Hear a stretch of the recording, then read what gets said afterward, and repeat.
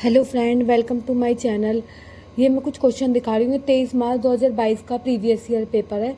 मुझसे किसी ने कहा था कि प्रीवियस ईयर एनआईयूएस से नहीं आते, तो मैं कुछ प्रूफ दिखाना चाहती हूँ। ये पे जो पहला क्वेश्चन है आप पढ़ सकते हो। In the context of child having special need, who will be the first person to whom worried parents approach. ये क्वेश्चन आपने पढ़ लिया होगा कि चाइल्ड डेवलपमेंट के नीड के लिए स्पेशल नीड कौन सा आता है। तो ये ब्लॉक 506 की 506 की D3 ब्लॉक में पेज नंबर 22 में देखा है। एक teacher will be the first person who varied parents approach. तो इस वाले का आंसर हो गया ब्लॉक 506 का क्वेश्चन है ये।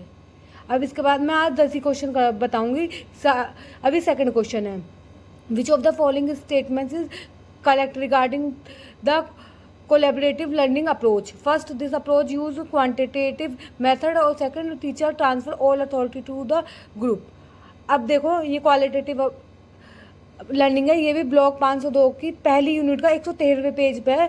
कोलेबरेटिव लर्निंग दिख रही होंगी तुम्हें, जहाँ मैं अंडरलाइन करूँ यहाँ लिख रहा है क्वालिटेटिव अप्रोच है। वहाँ क्या पूछा था, क्वांटिटेटिव पूछा था। तो पहले ही जो पॉइंट है वो तो गलत हो गया। पहला पॉइंट तो तुम्हारा गलत हो गया, क्योंकि वहाँ जो दे रखा है वो क्वांटिटेटिव अप्रोच है, ये क्वालिटेटिव अप्रोच दे रखी है।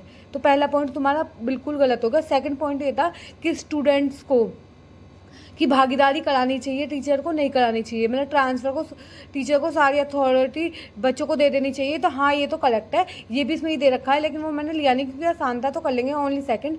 पहला गलत है। फिर थर्ड वाले क्वेश्चन पे आ जाते हैं हम।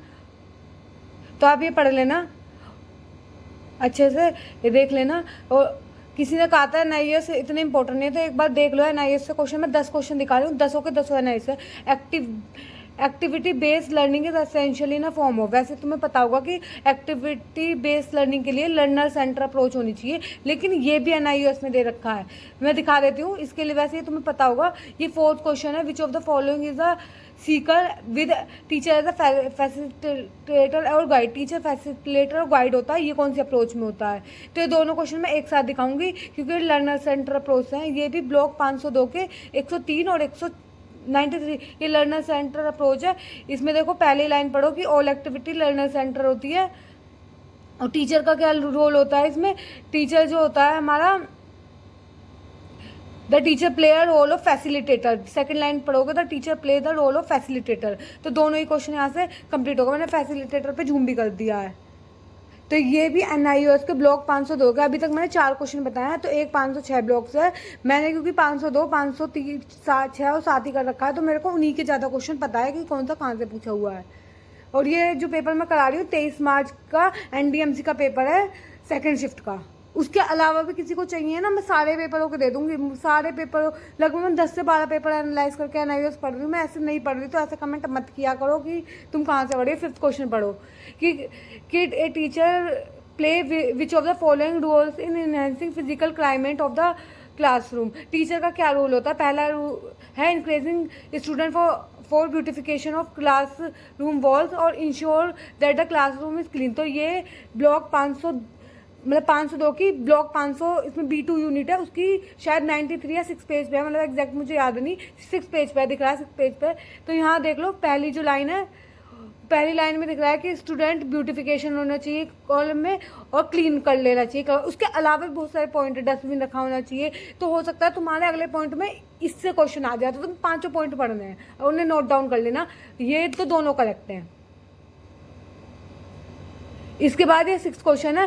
6th क्वेश्चन आसान है, तो मैं छोड़ दिया। 6th क्वेश्चन बहुत आसान था। ये 7th क्वेश्चन ब्लॉक 501 से है। मैंने ब्लॉक 501 कभी पढ़ा नहीं है, बता दूंगी ब्लॉक 501 में कौन से चैप्टर्स है, तो मैंने इसे दिखा नहीं दी। अब ये 8th वाला क्वेश्चन है, if a student participate in different activity like debate करता है, ये सब करता है, तो वो कौन सी एक्टिविटी फॉलो कर रहा है।